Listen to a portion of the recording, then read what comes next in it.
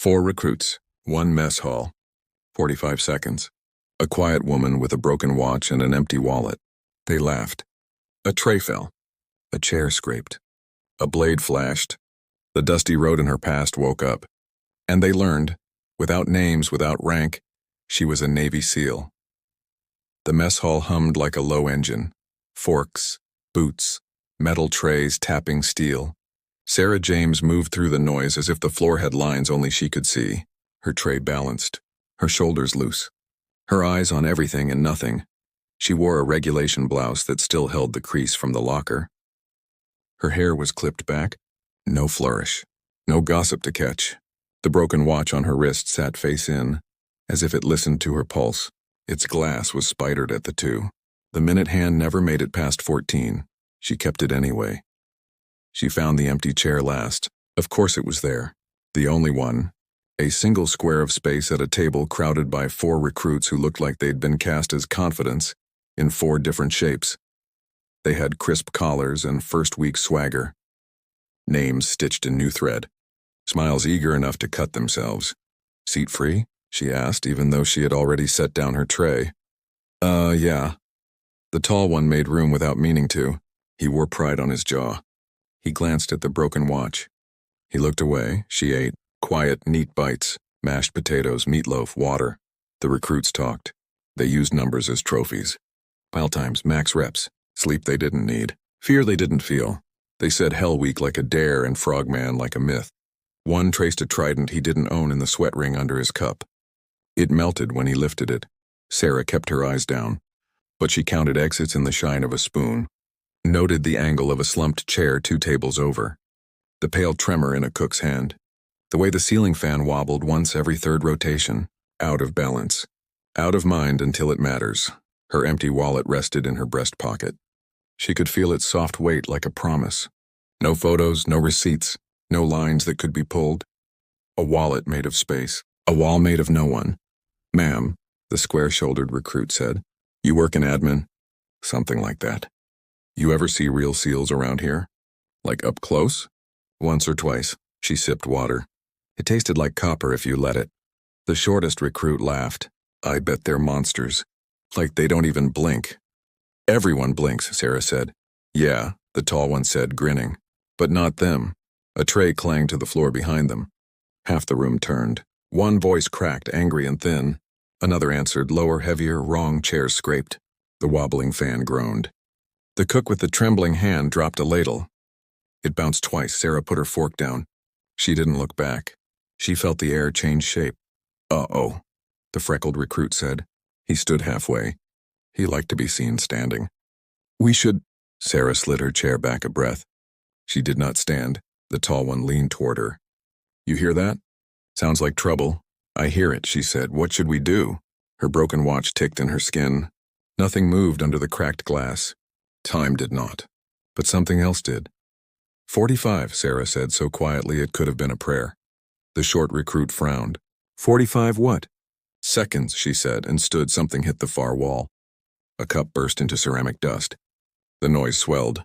The 4 recruits looked at each other. Then they looked at her, and she was no longer the quiet woman with lunch. She was a horizon turning. The tall one felt it first. He didn't know a word for it. He would later. In 45 seconds he would have one. The noise sharpened. A chair skittered. A flash. A voice that didn't know how scared it was. Sarah stepped. Left foot. Then right. Measured. Certain. Stay here, she said, and the simple 2 words locked their knees. The freckled one tried to laugh. He failed. The cook with the trembling hand reached for a phone. Someone yelled, "Knife," almost happily, like naming it would make it smaller. Sarah reached the end of the table. The broken watch kissed her skin like a brand. 44, she whispered, and took another step. The mess hall was a garden of metal and echo. 45 seconds is long if you're drowning, short if you've trained to use it. Sarah moved into a corridor of flipping chairs and rolling trays. She didn't look at faces. She looked at hands, at hips, at pockets that bulged the wrong way, at the angle of a wrist that said left-handed, desperate, clumsy. The blade showed once. Then twice. It was a bad knife. Cheap steel. The handle slick with someone else's lunch. The sailor holding it was shaking and furious at something that had started before this room. "Back off," he shouted to no one in particular.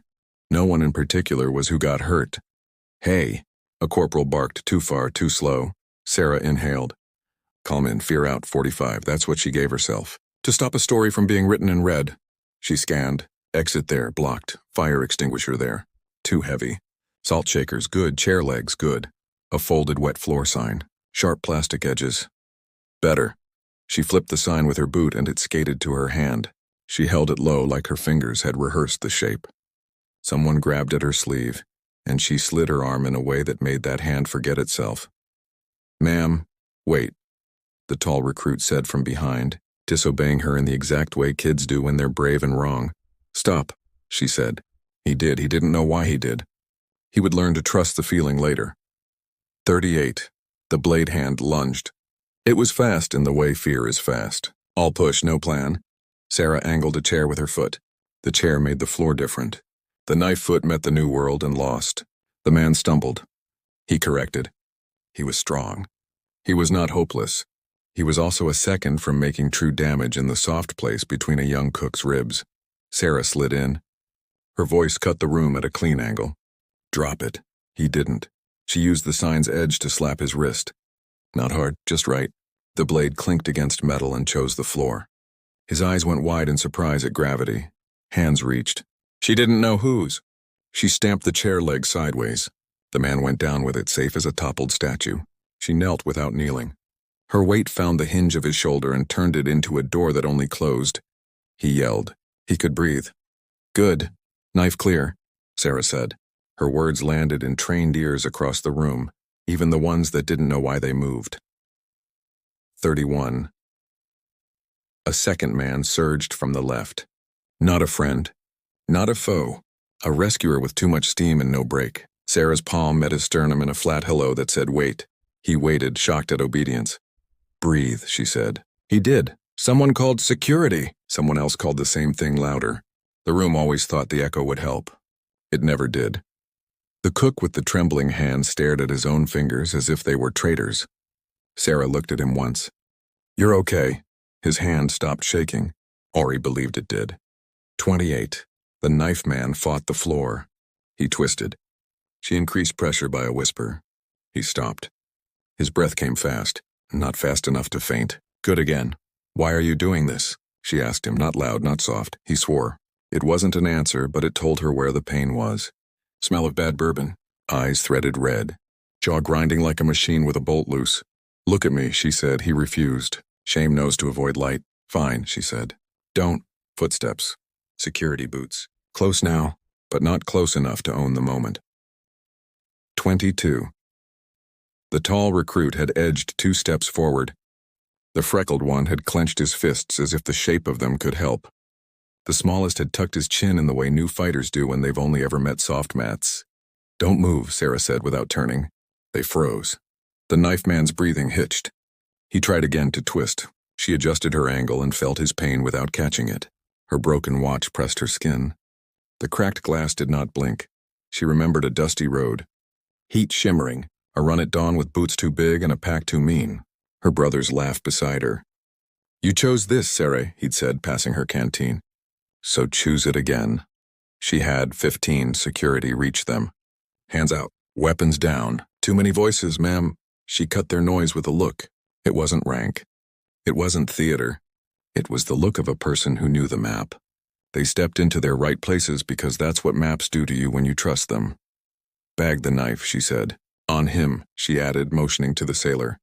"Compress and breathe. Don't crowd." They did. They always did, even when they didn't know her. The sailor said something ugly about himself. People do when the fall is right there. Sarah eased off the hinge, handed him to security like you hand someone back their name. 10. Silence arrived late, wearing sirens. Chairs remembered how to be chairs. Forks learned to rest. Sarah stood. She set the wet floor sign upright like a small apology to the universe. Her fingers smelled like salt. The tall recruit stared at her as if a door had opened in the air and he had been allowed to see behind it. "Who are you?" he asked.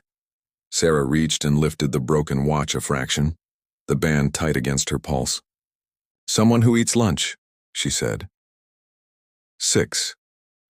A chief petty officer she had never met reached the edge of the scene and looked at her like he had once in a different storm. "Ma'am, your call," he asked. "Contained," she said. "Medical for 1, water for 2, fresh air for all, 3. The freckled recruit noticed the inside of her wrist only then, not the watch. The scar that the band hid. Thin, pale, the shape of a hook. "Ma'am," he whispered, not knowing why he said it like that, as if he'd just learned the word. 2.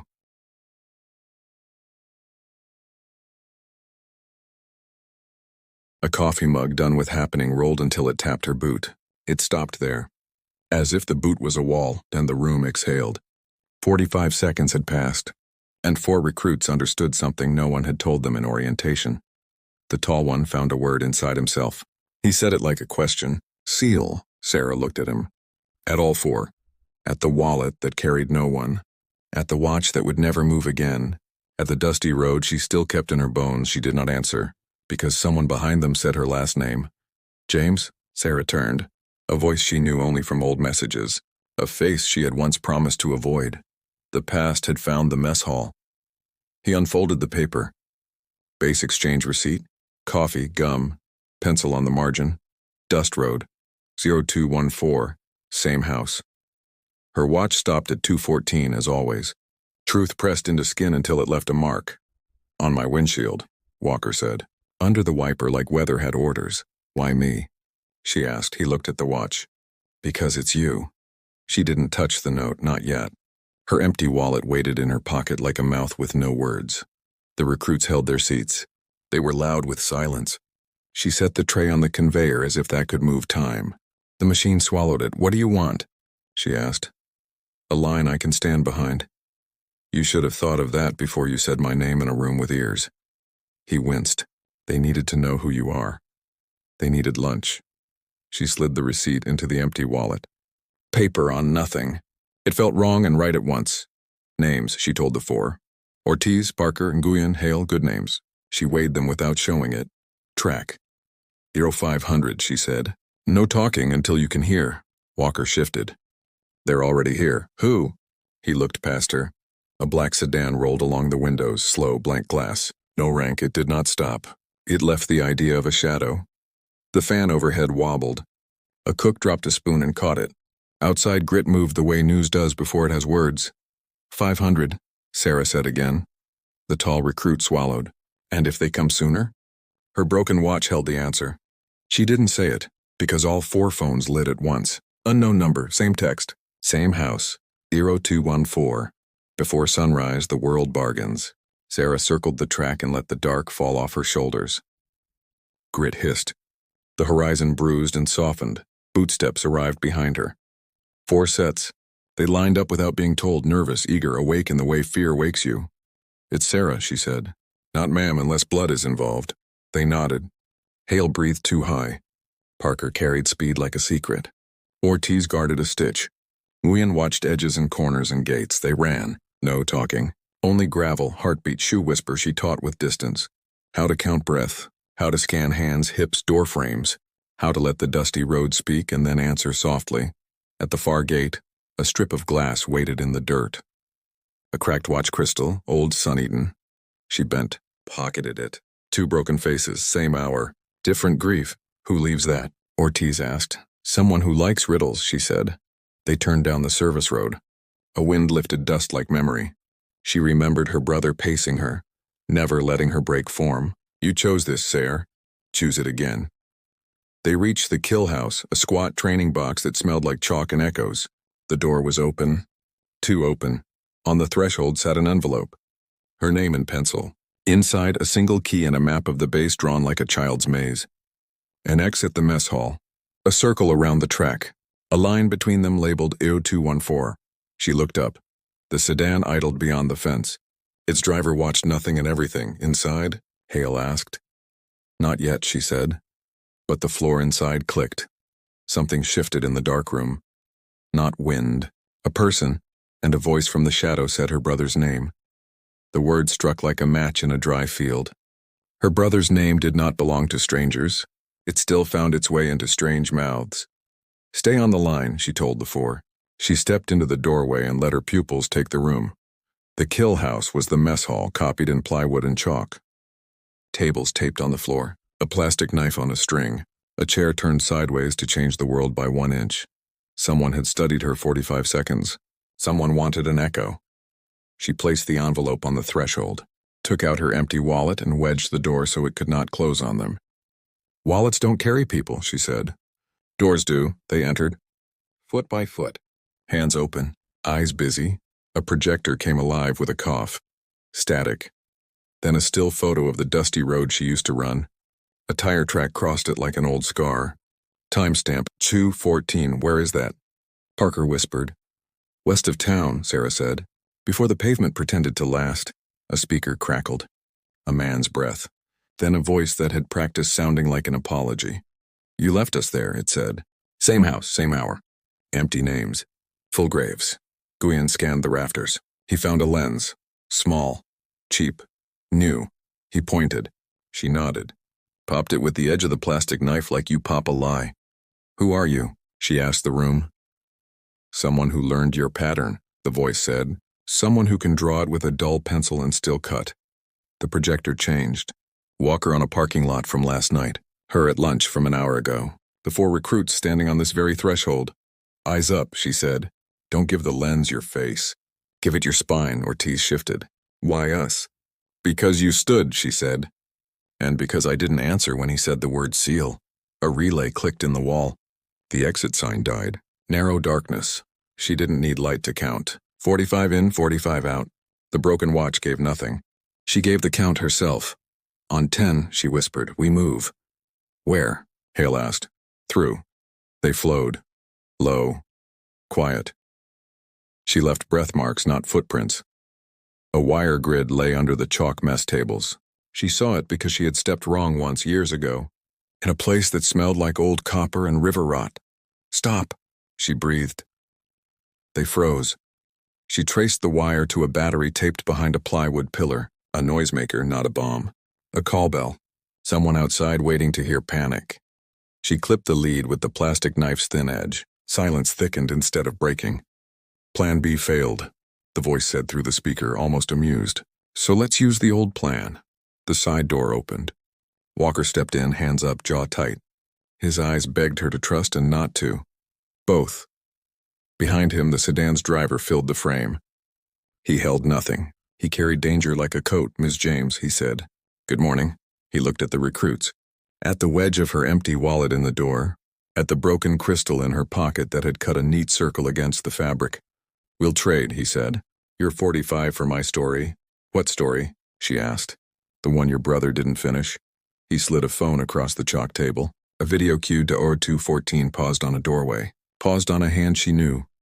"Press play," he said, smiling like a person who never does it with their eyes. Sarah didn't touch the phone, because a radio on the driver's belt hissed once.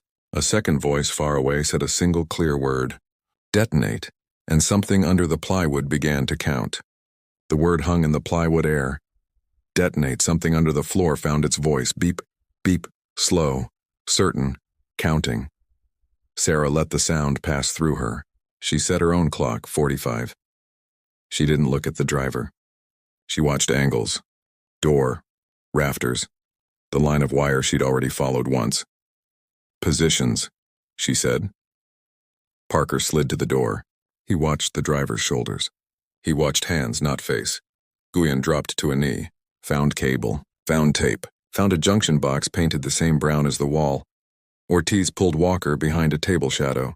He made a shield out of plywood and breath. Hale took the phone. He didn't press play. He looked at its edge, at the tiny screws, at the way it hummed like a throat trying to speak. He placed it face down. Beep. The driver smiled without eyes. "Trade, Miss James." "No," she said. The radio on his belt whispered again. A second voice, calmer now. 30. Sarah pulled the key from her pocket. The one from the envelope. She looked for a lock that mattered. The kill house had a panel near the exit. Plain gray, scuffed training circuits. She tried the key. It turned like a small decision that had waited years to be made. The beeping doubled. Closer. Underfoot. 2 devices, Nguyen said, fingertips listening to the box. 3, she answered. The one you hear, the one he holds, the one in your head. Beep. Walker strained against Ortiz's hand. Sarah, quiet. She slid the panel open. Wires, batteries, a laziness that meant confidence. Someone thought the noise was enough. It'll blind, she said. It'll throw dust and light. It'll make you forget where your mouth goes. The recruits looked at her. She nodded at their jaws. Open, always open. Let the blast pass. It can crack teeth if you lock up. They opened. The driver laughed once. Teaching while you beg time for mercy. Classic. She held the broken crystal she'd pocketed at the track. It caught the thin light and sliced it. She used its edge to nick tape where her plastic knife couldn't. The radio clicked again. 20. Sarah closed her eyes for one breath. Dusty road. Her brother's boots a half step ahead. His laugh pulled thin by wind. You chose this. Choose it again. She opened her eyes. Parker, eyes on him. On. Hale, when I say, throw the phone under the table. He looked at her. It'll break. Good. Ortiz, keep Walker behind you. If he runs, let him. If he freezes, lift him. Yes. Nguyen, on my right. Take the lead line when I show it. He didn't nod. He set his hands and made a promise with them. Beep. The driver rolled his shoulders like he was getting warm.